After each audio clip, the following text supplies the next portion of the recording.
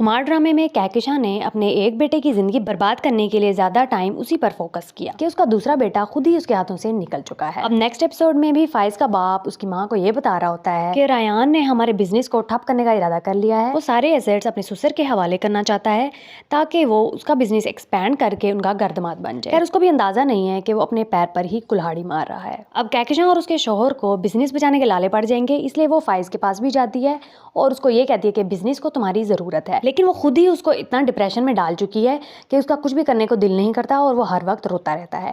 इसलिए वो साफ साफ कह देता है कि मैं नहीं करना चाहता, आई एम नॉट इंटरेस्टेड। लेकिन उसकी माँ कहती है कि तुम्हें कुछ करना ही होगा क्योंकि तुम्हारा भाई हमारा बिजनेस ठप करने पर तुला हुआ है। उस पर वो हैरानी से अपनी माँ की तरफ देख रहा होता है। इसके अलावा हरीम ने जहाँ इंटरव्यू दिया था वो उसको सिलेक्ट भी कर लेगा। अब क्योंकि उसको उसके घर का भी पता है और वो गलती से वहाँ अपनी फाइल्स भूल जाती है तो वो घर ही देने आ जाता है। इस तरह नासिर को भी मौका मिल जाएगा कि उसके किरदार पर दोबारा बात करनी शुरू कर दे। खैर दुनिया वालों का तो काम ही कहना है, अगर वो ऐसा नहीं भी करेगी तब भी उसको सुननी पड़ेंगी। अब वो निकली है अपने पैर पर खड़े होने के लिए, तब भी उसको बातें सुनना ही पड़नी है। अब कहकशां का बुरा वक्त शुरू हो चुका है क्योंकि वो अपनी सो कॉल्ड नस्ली बहू को बहुत चाह से लेकर आई थी और वही उसके बेटे को उससे दूर ले जाएगी। और रायान भी कुछ ज्यादा खुश फहमियों में मुब्तला है।